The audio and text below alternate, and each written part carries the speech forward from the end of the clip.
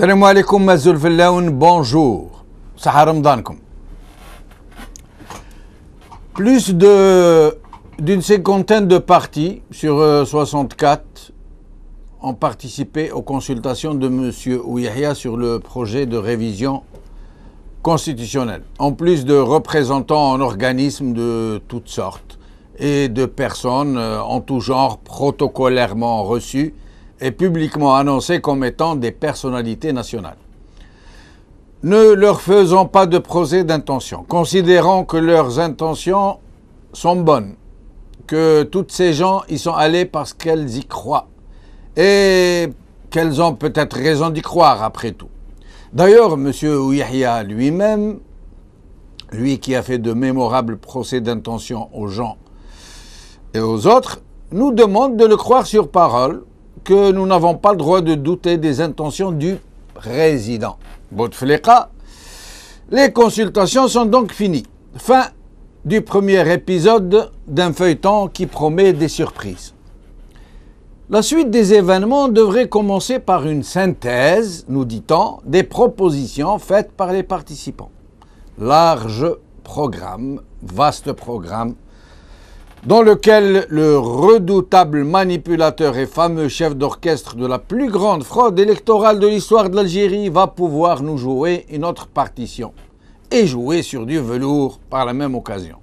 Faire une synthèse sur du bric et du broc, et même sur des propositions qui se veulent honnêtes et sérieuses, est une très bonne méthode pour faire dire à toute une foule de gens ce qu'on voulait leur faire dire de toutes les façons, sans même qu'elles y pensent.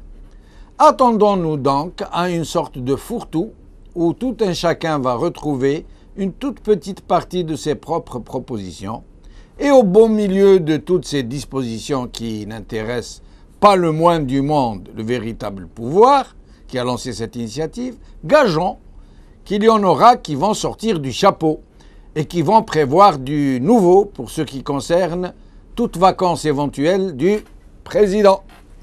Gageons que le fin mot de toute cette mise en scène consistera à empêcher que le pouvoir n'échappe à l'oligarchie qui en dispose totalement aujourd'hui.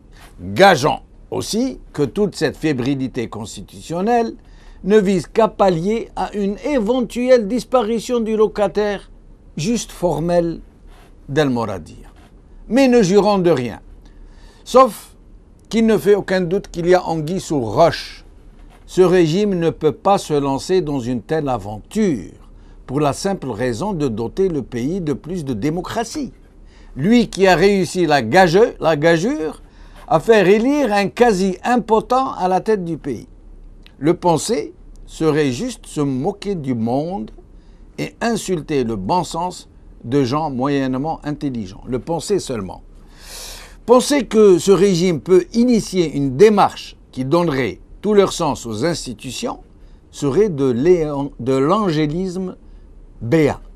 Penser que ce régime pourrait être l'initiateur d'une vraie démocratisation du pays serait croire que les loups sont d'excellents bergers. Surtout quand le maître de cérémonie qui officie autour de passe-passe s'appelle Ahmed Ouyahia. Attendons donc de voir et il ne faut pas douter que nous n'attendrons pas longtemps. Ce régime est sur des braises ardentes. Il sait qu'il est sur le fil du rasoir, que le président de façade, celui qui sert de devanture institutionnelle, peut tirer sa révérence d'un moment à l'autre. En l'état actuel de la Constitution, une éventuelle vacance présidentielle signifierait la chute du régime. Tout le beau monde qui est au gouvernail du bateau ivre qu'est notre malheureux pays, qui vogue à volo en attendant de sombrer corps et biens, ce régime-là pourrait se retrouver dans une belle panade. Les gens qui sont au pouvoir, qui ont réussi à le garder à travers une hallucinante parodie électorale, ces gens qui ont réussi à faire accepter à tout un peuple que l'impotent intégral qui leur sert de président ne sert que de vitrine institutionnelle au vrai maître du pays, ne sont pas stupides au point de faire un travail à moitié. Ce travail dont M. Ouyahia assume le côté VRP est déjà dans les tablettes. C'est déjà plié, emballé, prêt à être livré à un peuple qui de toute façon ne réagira à rien, du moins pour le moment, pour la simple raison qu'il a été anesthésié, placé sous coma artificiel, jusqu'à ne plus se rendre compte que l'avenir de son pays, voire même des générations futures, est gravement compromis. Mais bon, tout cela reste un point de vue donc relatif, donc subjectif. Avec nous aujourd'hui, Maître Zoubeda Assoul, présidente de l'Union pour le changement et le progrès. C'est la seule présidente de formation à avoir assisté à la conférence pour la transition et les libertés. C'est la seule femme, je voulais dire, pour la CLTD. Et comme le FFS, après avoir assisté aux travaux de la CLTD, elle a assisté aux consultations de M. Ouyahia. Comme quoi l'un n'empêche pas l'autre. Elle nous dira ce que sa formation a proposé lors de ces consultations avec le représentant du président Bouteflika. Rappelons que le FFS, la formation la plus importante de l'opposition à avoir assisté à ces consultations, n'a fait aucune proposition. Aujourd'hui, nous verrons le soir d'Algérie, consultation autour de la Constitution où Yahya rate le consensus. Un article de Sofiane Aïtiflis. TSA. Constitution où Yahya clôt les consultations, mais beaucoup de questions restent sans réponse. Un article de Achira Ma'amri. Liberté. Fin des consultations politiques à Al-Mouradia, où Yahya remettra son rapport dans 20 jours. Un article de Souheila Hamadi. Mais regardons d'abord quelques extraits de la conférence de presse de M. Ouyahia au sujet de ces consultations et de cette révision. Vidéo, s'il vous plaît. تعزيز الفصل ما بين السلطات، تعزيز دور البرلمان، خلق مكانة للمعارضة لأول مرة في تاريخ الجزائر المستقلة، تعزيز الحقوق والحريات للمواطنين، شخصيات مدنية وشخصيات معنوية. هو السؤال بعد نصف مسار الاستشارة، بعد ما هو موجود في الساحة، هل يمكن لنا أن نقول أن الإجماع حول الدستور من الممكن؟ بدون أن أستبق الأحداث نقول نعم من الممكن. لماذا؟ نعلل على ذلك ب6 نقاط بعجالة. النقطة الأولى، المعارضة تطالب بتغيير في خدمة الديمقراطية. رئيس الجمهورية أعلن على نفس الهدف في خطابه عند أداء اليمين. المعارضة تنادي إلى نتيجة توافقية. رئيس الجمهورية هو كذلك أعلن أنه عازم أن يصل إن شاء الله إلى نتيجة توافقية. المعارضة تناشد إلى بعض النتائج اللي تعزز الديمقراطية، وهي الفصل ما بين السلطات، تعزيز مكان البرلمان ورقابة البرلمان، تعزيز استقلالية القضاء. رئيس الجمهورية يناشد ويلتزم بالأهداف الثلاثة المتشابهة، وضاف لها شيء هو اللي بادر به الأول، خلق مكانة ودور للمعارضة في المؤسسات. بقات قضية وهي الثقة. ما يعلم بالنوايا إلا ربي سبحانه، لكن نحن كبشر نقول للإخوة اللي مقاطعين ومختلفين في الرأي، شيء ما يكلفكم إذا كان مشيتوا في العملية، بل أكثر من ذلك. Tout est bien dans le meilleur des mondes selon M. Yahya. Dommage que la vidéo ait été interrompue, le meilleur était à la fin, mais enfin. Madame Assoul, merci d'avoir accepté notre invitation. Je vous en prie, bonjour. Bonjour madame, bonjour maître. Alors, madame Assoul, vous avez assisté aux travaux de la CLTD et aux consultations du représentant du président. Avant d'entrer dans les détails, vous pensez que l'une et l'autre initiative se valent, qu'elles procèdent des mêmes intentions déclarées, ou plus exactement que les intentions des uns et des autres sont aussi honnêtes les unes que les autres? Tout d'abord, je vous remercie de me donner l'occasion de m'exprimer sur une question très importante et d'actualité nationale. Je vous en prie. D'abord, nous, on a participé parce qu'on croit que tous les espaces d'échange et de débat sont intéressants, qu'elles viennent de l'opposition ou qu'elles viennent du pouvoir, c'est ce qui nous fait défaut. Hélas, nous n'avons pas suffisamment d'espace pour débattre de tout ce qui intéresse les Algériens et qui intéresse le devenir de l'Algérie de demain. Donc ce n'est pas du tout contradictoire. J'ai répondu avec beaucoup de plaisir à l'invitation de cette conférence. J'ai assisté, j'ai exprimé le point de vue du parti que je préside. Comme aussi, nous avons répondu favorablement après réunion de notre Conseil national et après un débat démocratique et en présence d'ailleurs de la presse, des médias qui ont bien voulu assister et couvrir l'activité et la réunion du Conseil. Et le Conseil souverainement a décidé à sa majorité de participer à cette consultation. D'abord, nous avons participé parce que nous considérons que critiquer ne construit pas. Il ne suffit pas, on ne peut pas se dire qu'on est dans l'opposition juste pour critiquer. Et l'Algérie aujourd'hui a beaucoup plus besoin de gens qui peuvent apporter des pistes de réflexion, comment trouver les voies et moyens d'arriver à consolider la démocratie et arriver au changement auquel aspirent tous les Algériens, toutes tendances confondues. Mais Madame Assoul, excusez-moi de vous interrompre. Vous croyez vraiment que ce régime aurait très bien pu d'abord respecter la Constitution actuelle, notamment l'article 88 par exemple. Comment un régime qui ne respecte pas la Constitution qu'il a sous la main, qui est en application, peut-il l'améliorer alors qu'en l'état, il ne la respecte pas? Que pouvez-vous attendre d'un tel régime et comment pouvez-vous croire que ses intentions sont bonnes, qu'il veut vraiment aller, comme vous dites, vers une démocratisation, vers une performance démocratique? Vous savez, le pouvoir actuellement, dans la phase actuelle en 2014, n'est plus le pouvoir comme il l'a été il y a quelques années. Le pouvoir lui-même est acculé par des vérités, d'abord de la situation économique du pays, de la situation politique, d'une existence d'une opposition qui est une opposition différente, mais qui est quand même une opposition constructive. Donc le pouvoir lui-même a intérêt aujourd'hui, pour sa propre survie, de mettre un peu, de lâcher du lest. Ça, je peux vous le confirmer.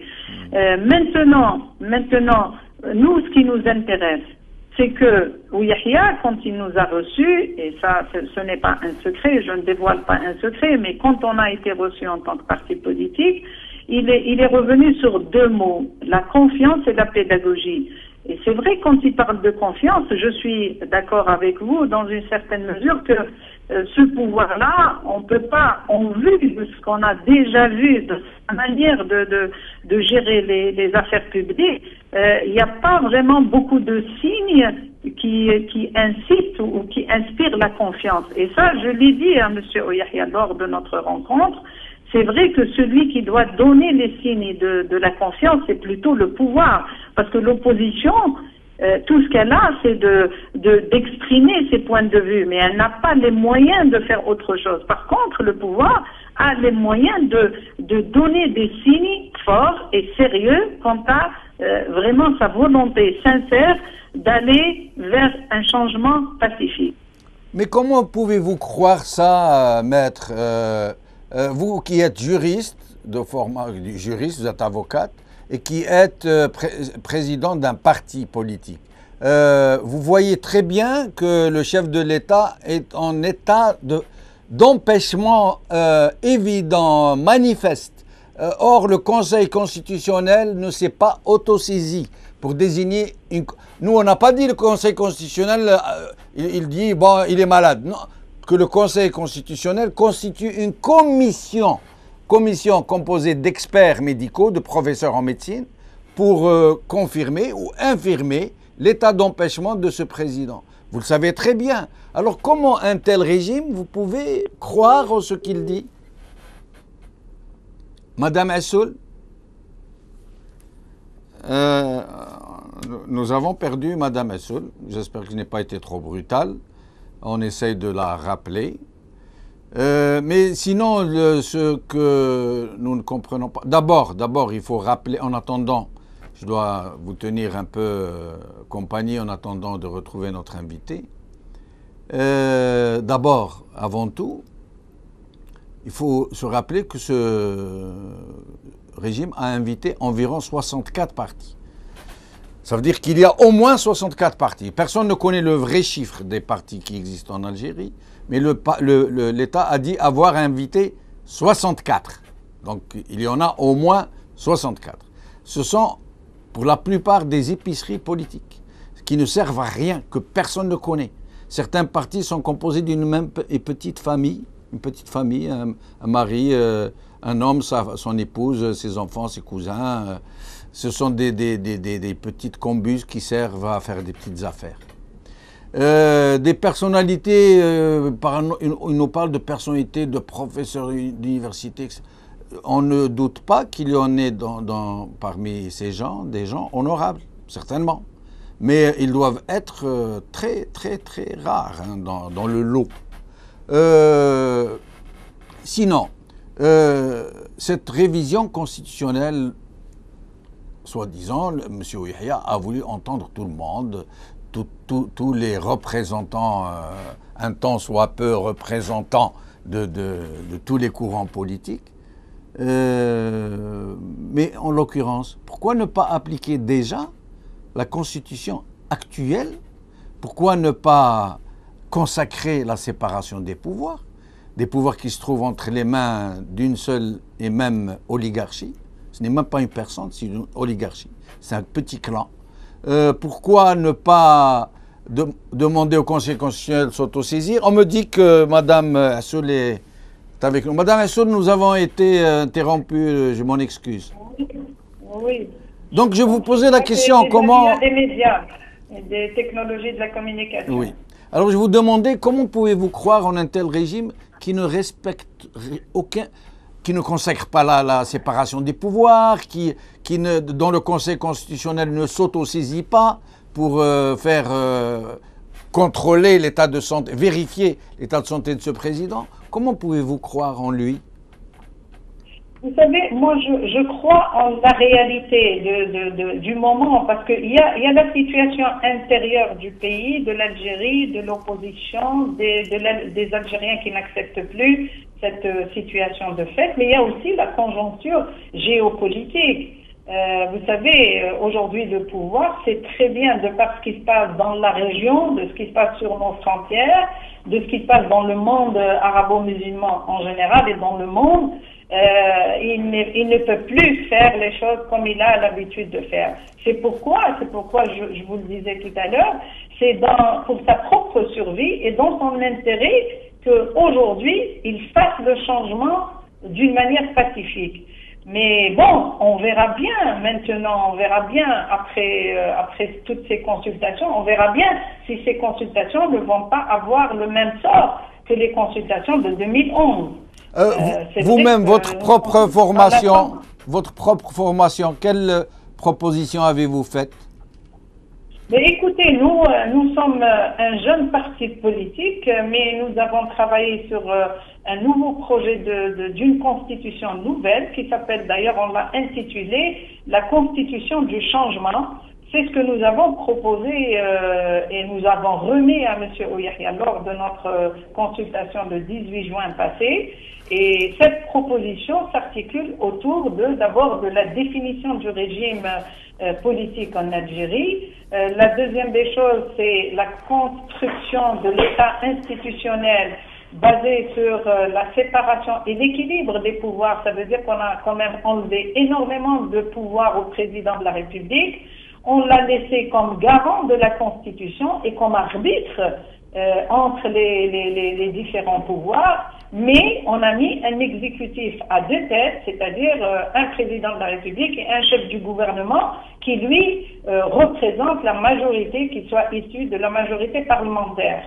Nous avons renforcé aussi dans notre proposition les pouvoirs du Parlement quant au contrôle de l'action du gouvernement.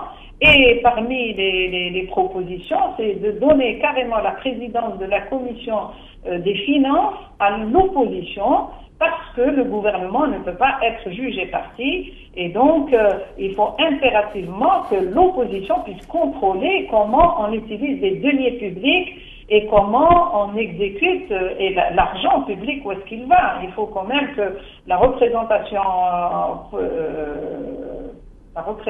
nationale puisse, elle, avoir un droit de regard sur l'utilisation des deniers publics. On a parlé aussi de l'indépendance de la justice, et cela à travers une indépendance totale du Conseil supérieur de la magistrature de par le président. Donc on a proposé que le président du Conseil supérieur de la magistrature soit un magistrat de haut rang et qu'il soit élu par ses pairs, et que cet organe puisse avoir l'indépendance totale financière et administrative pour qu'il puisse avoir quand même une certaine autonomie dans la gestion des carrières des magistrats. C'est ce qui fait défaut aujourd'hui, parce que les magistrats, quand eux-mêmes sont soumis à l'administration centrale, c'est-à-dire la chancellerie, le ministère de la Justice, dans la gestion de leur carrière, ils ne peuvent pas tellement avoir une marge de manœuvre quant à leur indépendance, notamment par rapport à certaines affaires qui intéressent l'opinion publique. Nous avons aussi proposé le renforcement des institutions de contrôle et de régulation, qui est le rôle fondamental d'un État de droit. Il faut impérativement aller vers des institutions de contrôle, et à cela, on a proposé le renforcement du rôle de la Cour des comptes. On a proposé que les magistrats de la Cour des comptes soient protégés de toutes les influences et de toutes les pressions qu'elles peuvent subir de la part du pouvoir exécutif. Et on a mis carrément une disposition qui demande à la Cour des comptes de publier son rapport annuel, qui est actuellement envoyé uniquement au chef de l'État, mais de le publier de manière à ce que l'opposition... Comment se sont passées les consultations? Est-ce que tout le monde était autour d'une même table, ou est-ce que M. Ouihia vous a reçu l'un après l'autre? Non, mon parti était représenté par 5 personnes, oui. Y compris ma personne, et on avait en face de nous M. Ouihia avec 2 de ses conseillers, donc on était en face les uns des autres. Alors maintenant, qu'est-ce qui va se passer? Une fois que vous lui avez remis vos propositions, ainsi que les autres participants, qu'est-ce qui va se passer? M. Ouihia va faire une synthèse, d'accord, mais après? J'espère que cette synthèse-là, d'abord qu'elle puisse être publiée, c'est ce que nous avons demandé. Vous savez, moi dès le départ, quand M. Ouihia m'avait appelé pour m'inviter à cette consultation, j'avais proposé et suggéré que même ces rencontres et ces consultations soient publiques, parce que les Algériens ont le droit d'abord de comprendre ce qui se passe entre la présidence et les invités de la présidence, tous les partis politiques et personnalités, et puis on a envie aussi de responsabiliser tout un chacun, parce que les Algériens ont le droit de savoir ce que chaque parti propose justement, et d'une manière directe, au lieu de le faire par le biais des médias. Mais bon, c'est une proposition qui n'a pas été retenue. Mais si ce n'est pas le cas, si ce n'est pas le cas, notre volonté, c'est notre projet, notre proposition, on l'a mis sur le site web du parti et sur la page Facebook pour que tous les Algériens puissent prendre connaissance. Et si ce n'est pas le cas, si la synthèse n'est pas rendue publique, elle est directement remise à Monsieur le Président, entre guillemets, on nous fait croire que c'est lui qui va la lire, qui va l'étudier. Et ensuite, est-ce qu'elle sera soumise à un référendum? Est-ce que c'est le Parlement qui devra la voter? Est-ce qu'il y aura une ordonnance? Qu'est-ce qui va se passer pour la suite des événements?